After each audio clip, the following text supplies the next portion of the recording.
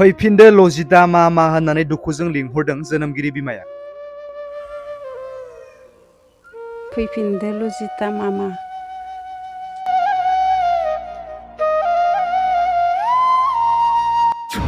फंबाया दुखुजों गाबै गाबै लिंहरदों बिब' लजिताखौ।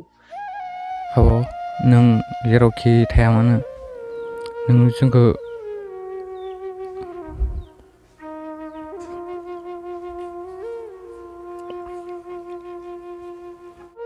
अदालगुरि जिल्लानि सिङाव थानाय बरामजुलि गामिनि गलित दैमारिनि फिसाजो 24 बोसोर बैसोनि लजिता दैमारिया थांनाय 24 सेप्तेम्बर मोनाबिलिनि 5 रिंगानिफ्रायनो गोमानानै दं।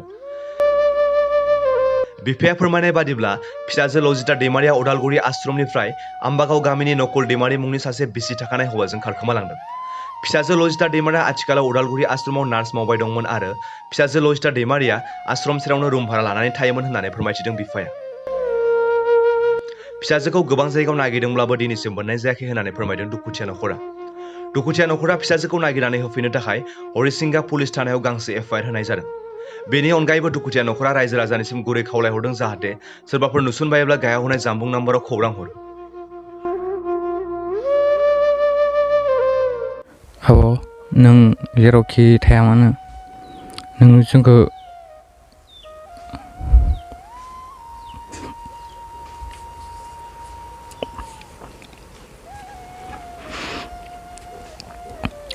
अननानै नोङो न'आव फैफिनदो।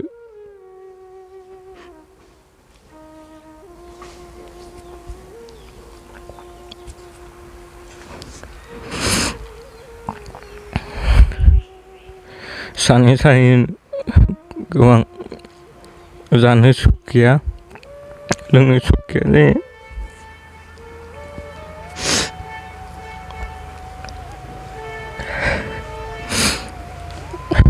जेरावखि थाया मानो नों फैफिनदो।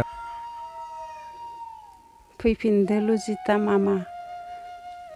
नों जेरावखि थाया नोंखौ इयुथ गिर्जाफोरावबो बिसा मावोमोन। दायो बेबायदि मावनायाव नों ओंखारनो हायाखै। नों जेरैबाबो नोंनि गोसोखौ नम्र जानानै ओंखारबो। नोंनि गोसोआ जोंनि न'खरावहाय बिफं सासे दङ, बिदा सासे दङ आरो बिमा बिफा। बिदिनो बेसेबां अहान्थि जानो लोंनो खहाबाखै। बिदि जाबाय थादों। बिनिखायनो नों फैनो गोसो जादो।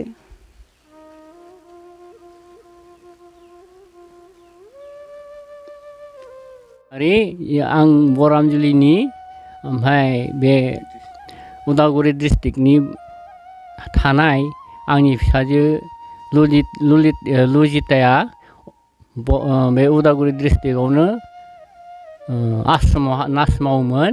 बे नार्स मावनायनिफ्राय बेयावनो SNDB आम्बागावनि नकुल दैमारिया किडनि खालामना लांदों। बेनिफ्राय नागिरबाबो मोनाखै दिनैसिम।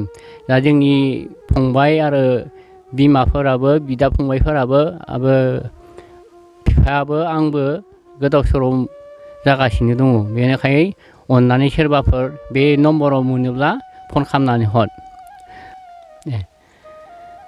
नों दाबो नों गावनि गोसोखौ नर्मेल जानानैबाबो फैफिनदो।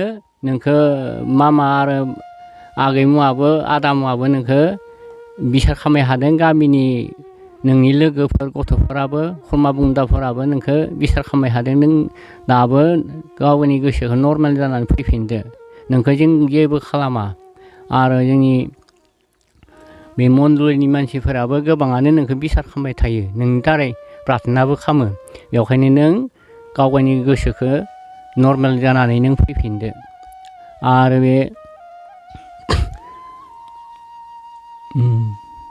21 सेप्तेम्बराव आंनि फिसाजोआ उदालगुरिनिफ्राय गोमादों।